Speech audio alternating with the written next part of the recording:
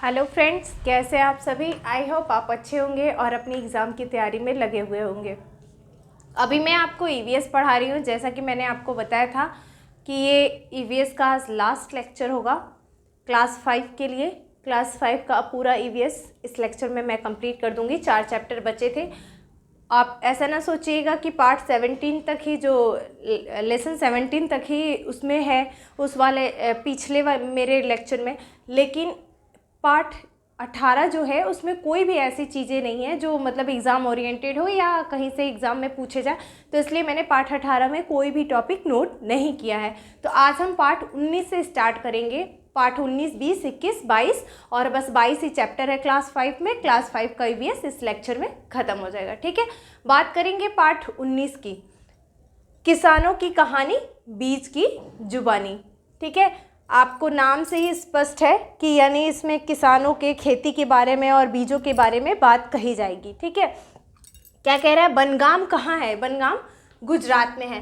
मैं बार बार आपको रिपीट कर रही हूँ कि जितने भी नाम वाले जगह है, यानी जो भी किसी स्टेट से संबंधित नाम हैं, उनको ज़रूर ध्यान में रखिएगा, क्योंकि 2 से 3 क्वेश्चन नामों से देखने को ज़रूर मिल जाते हैं। तो बनगाम कहाँ है? गुजरात में। पुराने समय में बीजों का भंडारण, यानी पुराने समय में लोग बीजों का भंडारण कैसे करते थे? तो क्या करते थे कि जो अच्छे क्वालिटी के जो बीज होते थे उनको सुखा लेते थे, और जो लौकी होती है ना, तो लौकी के अंदर का हिस्सा निकाल देते थे और उसको ऊपर से एकदम सुखा लेते थे। ठीक, लौकी जब सूख जाती थी तो उसके अंदर वो बीजों को भर के और मिट्टी से लेप करके रख देते थे। ठीक है, या मिट्टी के नीचे गाड़ देते थे, जिससे वो ठंडा रहे, उसमें मतलब वो ख़राब ना हो। और नीम की पत्ती का प्रयोग करते थे उसमें, क्योंकि कीड़ों से बचाने के लिए, ताकि कीड़े मकोड़े ना लगे। आज भी लोग नीम का पत्ती का प्रयोग करते हैं। आप देखते होंगे जब ज़्यादा अमाउंट में चावल रखा जाता है तो उस ड्रम में नीचे नीम की पत्ती डाल दी जाती है, ताकि उसमें कीड़े ना लगे, घुन ना लगे। ठीक है, क्या कह रहा, अच्छे बीजों को लौकी के सूखे कवर में रखकर उसको मिट्टी से ढक देते हैं और नीम की पत्तियों का प्रयोग कीड़ों से बचाने के लिए करते हैं। और जो तीसरा पॉइंट मैंने नोट किया है वो है ऊंधिया। कहीं कहीं पे लिखा होगा ऊंधियू। ठीक है, तो आप कंफ्यूज नहीं होइएगा। ऊंधिया या ऊंधियू एक डिश है, एक पकवान है, एक तरीके से कह सकते हैं एक सब्जी है जो गुजरात में ही बनाई जाती है। ठीक है, कैसे बनाई जाती है? वो घड़े को उल्टा करके, जो घड़ा होता है उसको उलट करके और उसको उलट के और फिर उस सब्जी को बनाई जाती है। और उसको खाया किससे जाता है? बाजरे की रोटी, यानी बाजरे की रोटी के साथ दही और मक्खन के साथ उस ऊंधिया को खाया जाता है। कहाँ खाया जाता है भाई? गुजरात में खाया जाता है। तो मैंने बताया आपको कि गुजरात की एक पकवान या सब्जी है जिसे घड़े को उल्टा लटकाकर अंगार पर पकाते हैं। ठीक है, यह लोग इसे बाजरे की रोटी, मक्खन और दही के साथ खाते हैं। तो कभी कभी पूछ देता है कि ऊंधिया क्या है, तो उसकी 4 विशेषता दे देता है और कह देगा कि ऊंधिया के बारे में इसमें से गलत छाटिए। तो ये गुजरात की एक पकवान है, इसे घड़े को उल्टा लटका कर बनाया जाता है। ठीक है, इसे मक्खन और दही के साथ खाया जाता है। और उसी में एक ऑप्शन गलत कर देगा कि ये मतलब अन्य राज्य से संबंधित है, तो आपको ध्यान में रखना है। बस इसकी 3 यही विशेषता है, आप याद रखे रहिए कि ये एक सब्जी या पकवान है जो गुजरात में बनाई जाती है और इसे घड़े को उल्टा लटका करके अंगार पर पकाते हैं और लोग इसे बाजरे की रोटी, दही और मक्खन के साथ खाते हैं। कहाँ खाते हैं? गुजरात में खाते हैं। ठीक है, अगला जो इस चैप्टर में इम्पोर्टेंट पॉइंट था वो था क्रोटोन। अब क्रोटोन क्या है? क्रोटोन एक पौधा है, जान जाइए। क्रोटोन एक पौधा है जिसकी जड़ें क्या होती है? बड़ी छोटी होती है और वो सिर्फ ऊपरी सतह तक, यानी जो धरती की ऊपरी लेयर होती है, ठीक है, जो धरती की ऊपरी परत होती है, समझ लीजिए ये धरती है, इसकी ऊपरी परत है और ये क्रोटोन पौधा है, तो उसकी जो जड़ है वो बहुत नीचे नहीं जाती, यानी यहीं तक रहती है सीमित। ठीक है, तो जब क्रोटोन पौधा मुरझाता है तो किसान जान जाते हैं कि खेती को क्या चाहिए? पानी की आवश्यकता है, क्योंकि भाई जब ये मुरझाएगा तो पता चल जाएगा कि इसकी जड़ों तक पानी नहीं है, क्योंकि ये नीचे नहीं पहुंचता है तो ये ग्राउंड वाटर को एब्जॉर्ब नहीं करता। तो जैसे ही ये सूखेगा तो ये ऊपर की जो पपड़ी होती है ज़मीन की, ये भी सूखने लगती है, यानी पपड़ी पड़ने लगती है ज़मीन पे। तो किसान समझ जाते हैं कि क्रोटोन पौधा अगर मुरझा रहा है तो खेती को पानी की आवश्यकता है। ठीक है, बस यही 4 टॉपिक इस चैप्टर के इम्पॉर्टेंट थे। मैंने ये चारों पॉइंट आपके लिए नोट कर दिए। मैंने लिखा भी है क्रोटोन को, इस पौधे की जड़ें ज़मीन में बहुत अंदर नहीं जाती। जब यह मुरझाने लगते हैं तो किसान समझ जाते हैं कि खेती को पानी की आवश्यकता है। ठीक है, बात करेंगे पाठ 20, किसके? जंगल। इसमें झारखंड समुदाय की बात की गई है, झारखंड में रहने वाले आदिवासी लोगों के बारे में बात की गई है कि जो झारखंड के आदिवासी लोग थे वो बहुत सालों से जंगल में रह रहे थे, ठीक है। तो कभी कभी क्या होता था कि जो ये फॉरेस्ट विभाग वाले लोग आते थे तो वो उनको कहीं से कोई निकाल देता था, कहीं से कोई निकाल देता था। फिर उन्होंने अपनी हक की लड़ाई लड़ी, ठीक। फिर उसके बाद 2007 में राइट टू फॉरेस्ट एक्ट आया, और वो राइट टू फॉरेस्ट एक्ट क्या कहता है कि जो भी लोग 25 साल से ज़्यादा या 25 साल से उस जंगल में रह रहे हैं उसमें उनका अधिकार है। यानी उस जंगल में उगने वाली हर चीज़, उस जंगल में आने वाले हर जीव जंतु पर उस आदिवासी लोगों का अधिकार है, और उनको वहाँ से ज़बरदस्ती नहीं निकाला जा सकता, ठीक है। क्योंकि वो 25 साल से रह रहे, भाई उनका घर है वही, ठीक। तो आप उनको वहाँ से ज़बरदस्ती नहीं निकाल सकते। यही कहता है आपका राइट टू फॉरेस्ट एक्ट 2007, जो 2007 में आया, इसीलिए इसका नाम है राइट टू फॉरेस्ट एक्ट। मैंने लिखा है कुडुक। कुडुक क्या है? तो कुडुक ये झारखंड में एक आदिवासी लोगों का समुदाय है, ठीक है। मैं नोट कर दे रही हूँ। कुडुक झारखंड में आदिवासी समुदाय का कुडुक झारखंड के आदिवासी लोगों का एक समुदाय है, ठीक है। झारखंड के आदिवासी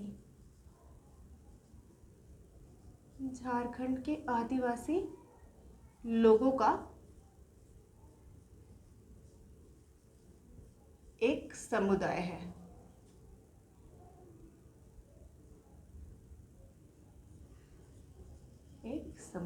ठीक है। यानी झारखंड में आदिवासी लोगों को हम क्या कहते हैं? कुडुक कहते हैं, ठीक है। अब कहता है कि कुडुक भाषा में जंगल को क्या कहते हैं? तो कुडुक भाषा में जंगल को तोरंग कहते हैं। ये 2021 में पूछा गया था कि कुडुक भाषा में जंगल को कहते हैं, तो लिखा था वन, जंगल, तोरंग, और इनमें से कोई नहीं, ठीक। तो आप ध्यान में रखे रहिएगा क्योंकि ये चैप्टर बड़ा ही इम्पोर्टेंट है। तो इसमें जितनी भी चीज़ें हैं हर साल कुछ ना कुछ जरूर आई होंगी। आप पेपर उठा के देखेंगे तो आपको पता चल जाएगा। कुडुक भाषा में जंगल को तोरंग कहते हैं, ठीक है। ये इम्पॉर्टेंट पॉइंट है। अभी जो मैंने आपको बताया राइट टू फॉरेस्ट एक्ट 2007 कि जो लोग 25 साल से जंगल में रह रहे हैं उनको कोई ज़बरदस्ती नहीं हटा सकता, ठीक है। और वहाँ जो भी सामान उग रहे हैं या उस जंगल में जो भी चीज़ें हैं उन पर उनका पूरा अधिकार है। देखिए मैंने नोट भी किया है, जो लोग 25 साल से जंगल में रह रहे हैं उन्हें उन जंगल में तथा वहाँ पर आने वाली चीज़ों पर उनका अधिकार है, ठीक है। उनको ज़बरदस्ती वहाँ से हटाया नहीं जा सकता।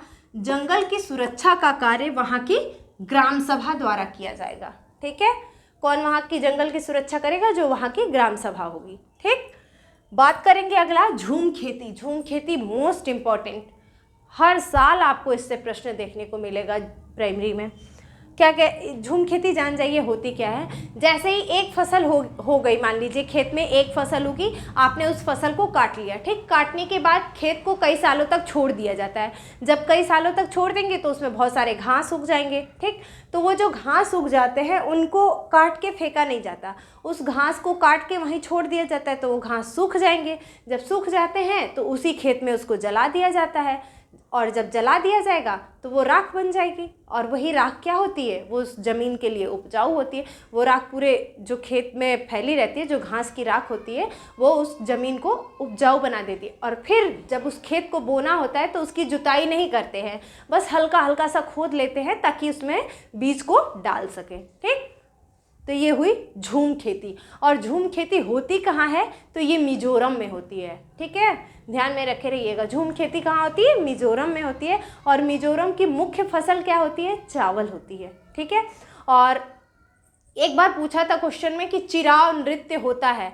जब झूम खेती होती है ना, जब चावल की फसल अच्छी होती है तो वहाँ के लोग चिराव नृत्य करते हैं। हाँ, आप देखे होंगे कभी टीवी में, दूरदर्शन में देखे होंगे, हाथ जोड़ के और वो क्या कहते हैं, लुंगी जैसा पहन के लोग डांस करते हैं, तो उसे ही चिराव नृत्य कहते हैं। वो चिराव नृत्य कहाँ के लोग करते हैं? मिजोरम के करते हैं। तो एक बार क्वेश्चन में पूछा था चिराव नृत्य करते हैं, ऑप्शन में 4 स्टेट दे दिया था, मिजोरम, आंध्र प्रदेश, तेलंगाना, हैदराबाद, ठीक है। ऐसे 4 ऑप्शन दे दिए थे, आपको बताना था कि चिराव नृत्य कहाँ के लोग करते हैं। तो ये झूम खेती जहाँ होती है, भाई मिजोरम में झूम खेती होती है, मिजोरम में चावल की फसल होती है और मिजोरम के ही लोग चिराओ नृत्य करते हैं। ठीक है, कभी आपको ये भी पूछ सकता है मिजोरम में नृत्य होते हैं, आपको 4 अलग ऑप्शन दे देगा, कथकली, कुचिपुड़ी और ये चिराओ और भरतनाट्यम। ठीक, तो आपको ये ध्यान में रखना है, मिजोरम का नृत्य चिराओ नृत्य होता है। ठीक है, तो ये हुई बात आपकी झूम खेती की। एक चीज़ और जान जाइए, जो झारखंड के लोग थे, इसमें भाई जंगल की ही बात की गई है और खेतीबाड़ी के बारे में बात की गई है इस चैप्टर में, इसीलिए इस चैप्टर का नाम ही है किसके जंगल, यानी जंगल किसका हुआ। ठीक, भारत सरकार का हुआ या राज्य सरकार का हुआ या वहाँ के रहने वाले लोगों का हुआ। तो ये नियम बना दिया राइट टू फॉरेस्ट एक्ट 2007 ने कि जो 25 साल से ज़्यादा वहाँ रहे हैं लोग, उन्हीं का वो जंगल हुआ और उन्हीं का उन पे अधिकार है। ठीक है, वहाँ के लोगों का उस पर अधिकार है, उनको ज़बरदस्ती आप नहीं हटा सकते। वहाँ जो भी उग रहा है या वहाँ की जो संपदा है उस पर वहाँ के लोगों का अधिकार है, जो 25 साल से ज़्यादा रह रहे हैं। ठीक है, जो अभी जाके रह रहे हैं उनका नहीं। ठीक, तो ये कहता है राइट टू फॉरेस्ट एक्ट। अगर आपको स्क्रीनशॉट लेना हो, और एक और चीज़ है इसमें इम्पोर्टेंट कि एक इन लोगों ने एक, जैसे अब हम लोग के यहाँ कहते हैं ना कि ये मेरा खेत है, ये इनका खेत है, और हर जगह खेत को बांटने का जो नियम है वो अलग अलग है। जैसे आप दूध को लीटर में नापते हैं, कोई सॉलिड चीज़ हो उसको आप केजी में नापते हैं ना, किलोग्राम में नापते हैं, तो वैसे ही जो खेती होती है कहीं कहीं बीघा में नापी जाती है। ठीक है, कि इतना बीघा आपका है, तो वैसे ही जो झारखंड के लोग थे वो टिन में नापते हैं। अब टिन का मतलब क्या हुआ, जैसे एक टिन बीज को जितने ज़मीन में बोया जा सकता है, ठीक है, वही क्या होती है, एक टिन ज़मीन होती है। कह देंगे कि आपकी 10 टिन ज़मीन है, ठीक है, 10 टिन ज़मीन आपका, तो ये 10 टिन का मतलब यानी 10 टिन बीज भर के। आपने देखा होगा पहले के टाइम में जो टीना वाला डब्बा आता था जिसमें डालडा आता था, या आज भी आते हैं वो टीन वाले डब्बे, तो उस जो टीन होता वो वही टीन का मतलब वही, उस टीन से 10 टीन भर के बीज जितनी ज़मीन में बो दिया जाएगा वो उतनी ज़मीन उस आदमी की, यानी 10 टीन का मतलब ये हुआ। 5 टीन का मतलब 5 टीन। ठीक, तो ये हुआ टीन, यानी ये ज़मीन बांटने का एक विधि है झारखंड के लोगों की। ठीक है, जो आदिवासी कुडुक लोग हैं उनका बांटने का ये एक विधि है। ठीक है, अगर आपको स्क्रीनशॉट लेना हो पाठ 19 और 20 का तो आप ले सकते हैं। मैं अभी आपको एक टीन ज़मीन यहाँ नोट कर दे रही हूँ ताकि आप भूलें ना। मैं इधर आपको साइड में नोट कर दे रही हूँ, एक टीन, क्योंकि ये क्वेश्चन पूछा जाता है इसलिए नोट करना ज़्यादा इम्पोर्टेंट है, क्योंकि बोलने से कुछ लोग नोट करते कुछ लोग नहीं, तो आपको कम से कम ध्यान में रहेगा। अगर आप स्क्रीनशॉट भी लिए रहेंगे तभी भी ये रहेगा कि आपके पास वो मटेरियल है, और आप एग्ज़ाम देने जाते टाइम भी अगर आप रिवाइज कर लेंगे तो आपका कॉन्सेप्ट क्लियर हो जाएगा। कोई इतनी बड़ी रॉकेट साइंस नहीं है इसमें। ठीक है, बात करेंगे एक टिन बीज जितनी ज़मीन में बोया जाता है, जितनी ज़मीन में बोया जाता है उतनी ज़मीन को ही एक टिन ज़मीन कहते हैं।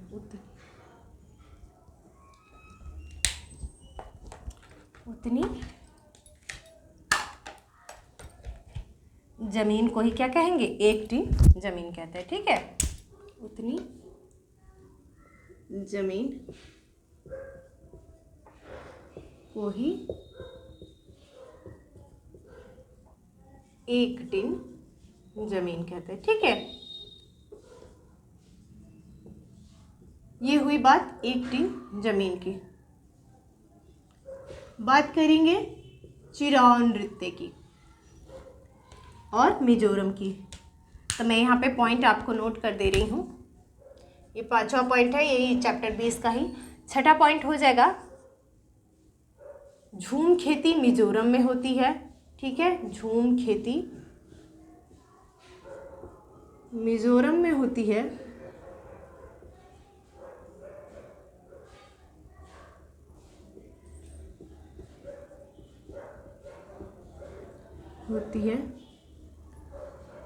तथा मिजोरम की मुख्य फसल चावल है।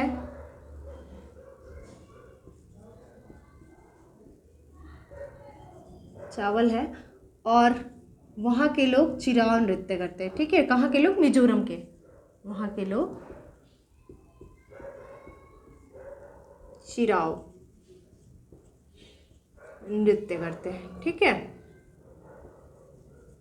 ये तो हुई बात आपके पाठ 19 और पाठ 20 की। बात करेंगे पाठ 21 की। पाठ 21 में ग्रेगर जॉन मेंडल के बारे में है। 2-3 पॉइंट है, आप सुन लीजिए। मेंडल कौन थे, क्या थे? ग्रेगर जॉन मेंडल को हम हेरिडिटी का फादर कहते हैं, यानी आनुवांशिकता के पिता कहते हैं। क्यों कहते हैं? इनका जन्म वैसे ऑस्ट्रेलिया में हुआ था और ये एक पादरी थे। ठीक है, यानी ये एक चर्च के पादरी थे और इन्होंने 28,000 पौधों पे रिसर्च किया था। बाद में इन्होंने मटर के पौधे पे रिसर्च किया और मटर के ही पौधे पे रिसर्च करने के बाद इन्होंने बताया कि आनुवांशिकता की खोज की और इनको हम क्या कहते हैं? फादर ऑफ जेनेटिक्स और फादर ऑफ हेरिडिटी। इन्होंने कहा कि एक पीढ़ी से लक्षण क्या होते हैं, दूसरे पीढ़ी में जाते हैं। ठीक है, तो इसीलिए इनको आनुवांशिकता का पिता कहते हैं। लेकिन इनको उस टाइम इनके सिद्धांत को मान्यता नहीं मिली, इनके मरने के बाद इनके सिद्धांत को मान्यता मिली। ठीक है, तो कभी कभी प्रश्न इस चैप्टर से बन जाते हैं ग्रेगर जॉन मेंडल से। ठीक है, पूछ देता है आनुवांशिकता के पिता हैं। ठीक, तो आप याद रखे रहिए ग्रेगर जॉन मेंडल।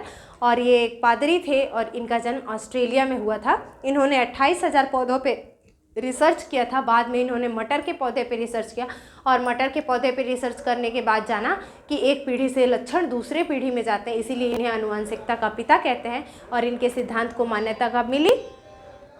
खेती के बाद। ठीक है,